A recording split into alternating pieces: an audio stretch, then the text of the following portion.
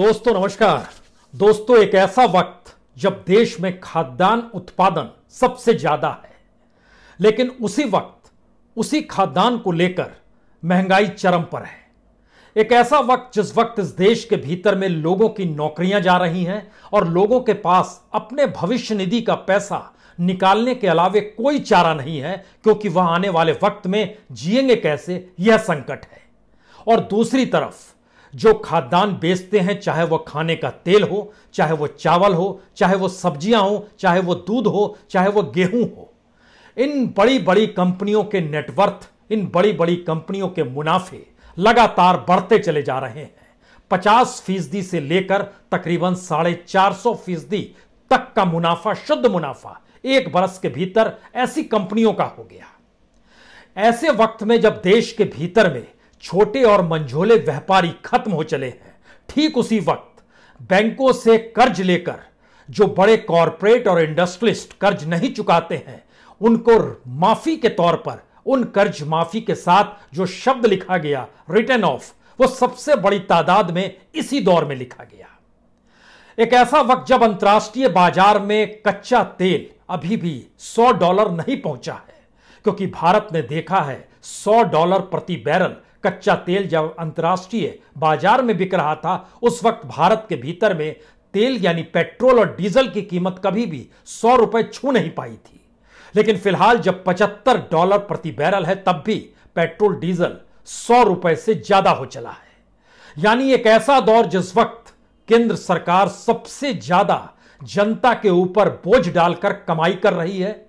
एक ऐसा वक्त जिस वक्त महंगाई के आसरे इस देश की बड़ी बड़ी कंपनियां अपने नेटवर्थ को बढ़ा रही है। एक ऐसा वक्त जिस वक्त बड़ी बड़ी कंपनी और कॉरपोरेट जिनके कर्ज लिए गए रकम को माफी के तौर पर रिटर्न ऑफ किया जाता है, वही कंपनियां इस सरकार को पॉलिटिकल फंडिंग कर रही है।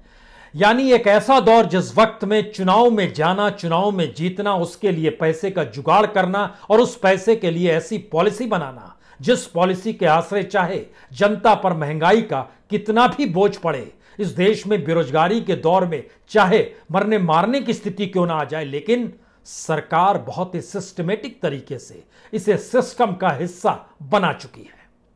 हमें लगता है कि आज हर उस पन्ने को खोलने की जरूरत है जिस पन्ने के आश्रय आप समझ पाएं कि दरअसल ऐसा कभी किसी देश में होता नहीं कि महंगाई क्यों है और उसकी कोई वजह ना हो, फिर भी महंगाई बढ़ती चली जाए।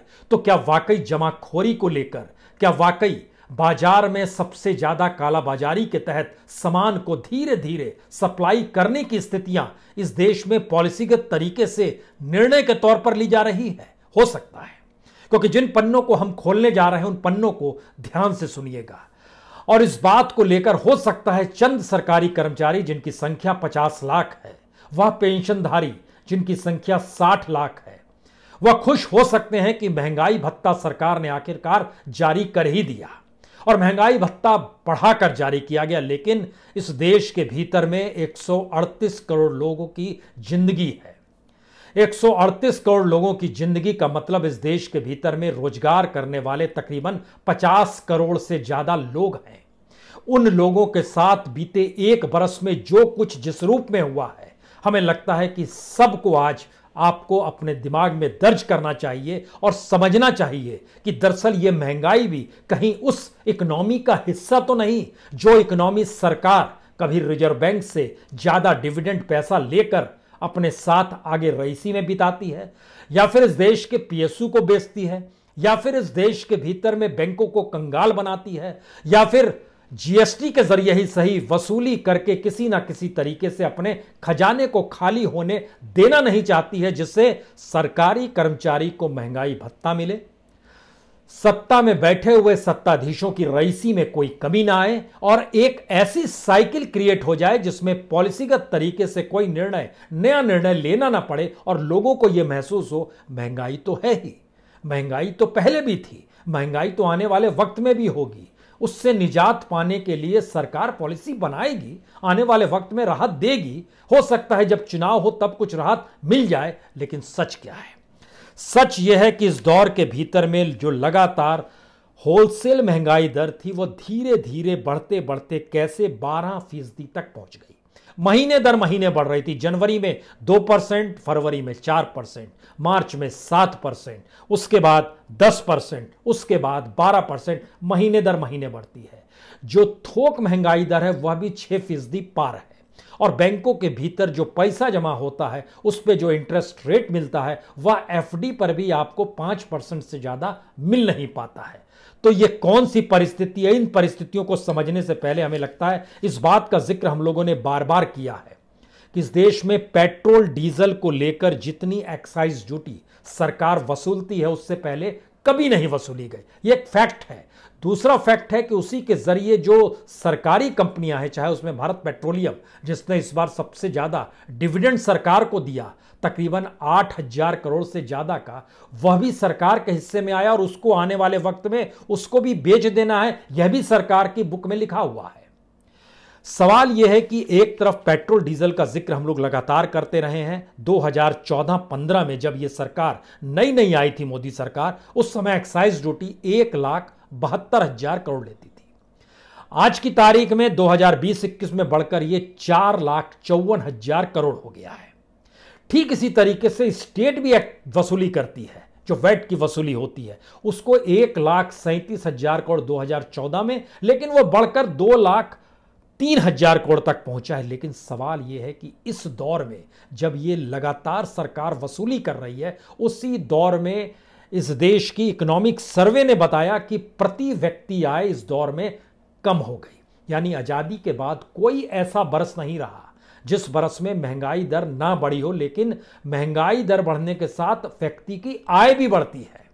लेकिन आय पहली बार कम हो गई। इकोनॉमिक सर्वे कहता है 19-20 में 1,34,000, 20-21 में यह घटकर 1,26,000 हो गया। हालांकि IMF, world bank, United nation, इनकी रिपोर्ट कहती है भारत में प्रति व्यक्ति आय 1 लाख से भी कम हो गई है। और दुनिया के बाजार में भारत में जितना टैक्स पेट्रोल पर 55 रुपए, डीजल पे 44 रुपए लगता है, इतना कहीं नहीं वसूला जाता है। लेकिन आज इससे हटकर एक सच है, यह सच भयावह है। महंगाई के लिए जब आप तेल खरीदते हैं, जो भोजन का तेल है, जो सबसे ज्यादा इस दौर में महंगा हुआ, उसमें इजाफा तकरीबन 100% तक का हुआ है एक साल के भीतर में। जो कीमतें बढ़ी हैं, उनको बेचने वाली कंपनियों का नेटवर्थ कितना बड़ा है, आपको ये जानकर हैरत होगी कि अडानी भी एडिबल ऑयल बेचते हैं, यानी खाने के तेल को बेचते हैं। एक अंतर्राष्ट्रीय कंपनी है वेलमेयर इंटरनेशनल लिमिटेड, उनके साथ इन्होंने ज्वाइंट वेंचर किया और अडानी वेलमेयर के नाम से जो फॉर्च्यून का ब्रांड आता है, सिर्फ एक साल के भीतर में, जो पूरा लॉकडाउन का दौर था, जो पूरा कोरोना काल का दौर था, उस दौर में 26,486 करोड़ रुपए इस अडानी एडिबल ऑयल की कंपनी को लाभ हो गया, शुद्ध लाभ। लेकिन सवाल सिर्फ एक कंपनी का नहीं है, कई कंपनियां, रुचि सोया एक दूसरी कंपनी